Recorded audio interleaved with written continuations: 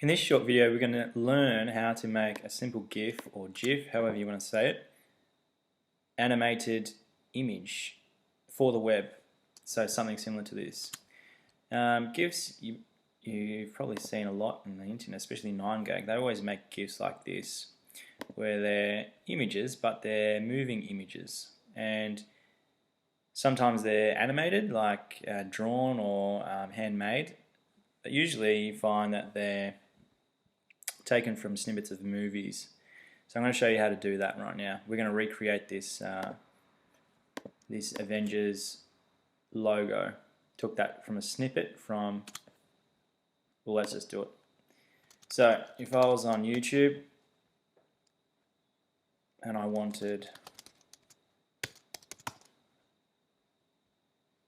let's say, Avengers trailer.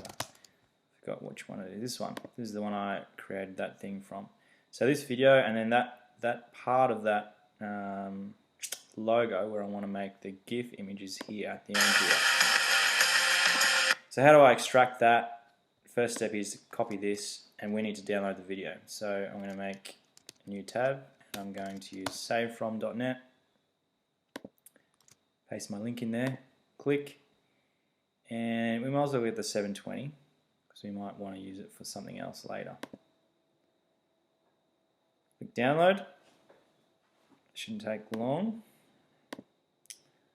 And I'll just move that to my desktop, that file, just to make it clean. So here's my video file.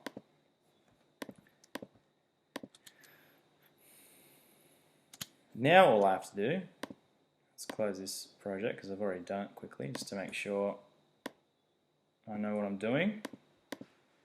All you do is drag the video file into Photoshop. If this timeline section isn't here, so let's close this tab group, that's fine, I'll show you how to bring it back.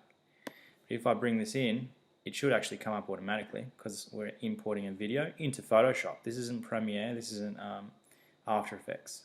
So if this timeline doesn't come up, you can simply just make it visible via the Windows panel, like you get all panels visible or invisible or disabled.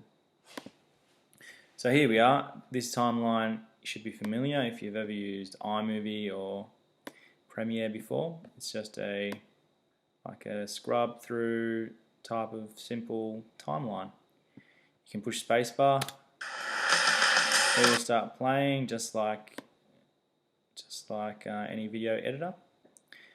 But this is how it differs slightly. It's a little bit harder to use. There isn't a shortcut like in Premiere where Command K would cut and split here. So I have to find the spot, and the keys don't work either to scrub frame for frame. So I sort of have to shuffle with the mouse a little bit and get to the spot that I want to make my first cut. I have to right click on the scrub thing here and go split clip, and then I can get rid of that first part. And I want it to end as the logo disappears, so about here. And I'll split clip again. Now, it could have been an easy way of doing that. We could have just moved these export heads, so anything in between these two heads will be exported. But I wanted to show you how to split clips anyway. So that was that's the second way of doing it. Now all we have to do is really simple. Save for web.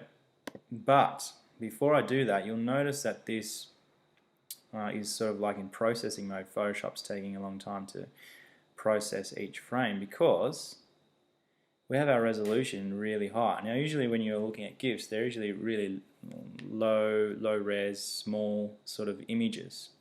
And that's for a reason, because if they're high res, it's going to be a massive file size and a lot of processing to do there. So there's this massive image, there's lots of pixels to